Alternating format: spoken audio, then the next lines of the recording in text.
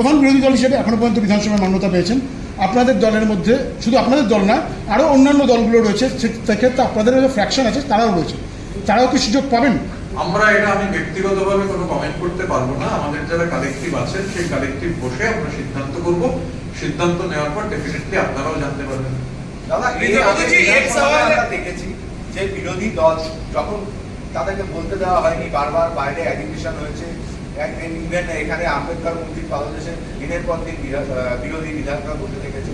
এইবার বিরোধী দল হিসেবে, প্রধান বিরোধী দল হিসেবে আপনারা কি ভূমিকা পালন করবেন 18 তারিখের পরে? মানে আমরা কিভাবে? দেখুন, যদি ধারাবাহিকতাটাই চলতো তাহলে তো আমায় 10 বছর মুখে লিউকোপ্লাস লাগিয়ে বসে থাকতে হতো।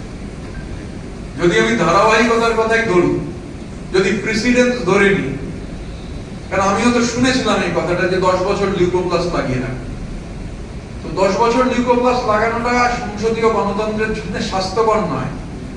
যুগে যুগে কালে কালে যারা এরকম ভাবে বিরোধীদের কণ্ঠস্বর রোধ করতে চেয়েছেন তাদের কি হয়েছে ইতিহাস তার সাক্ষ্য বহন করে।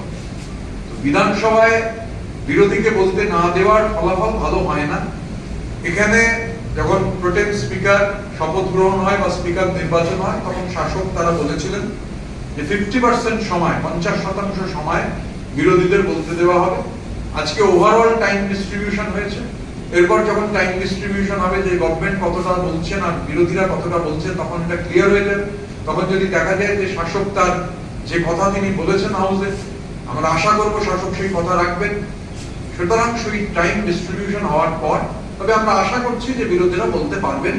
গত 15 বছরের ধারাবাহিকতা কাটিয়ে বিরোধীদের কণ্ঠস্বর বিধানসভার অভ্যন্তরে শোনা যাবে বলেই আমাদের দৃঢ় ধারণা। मुख्यमंत्री আজকে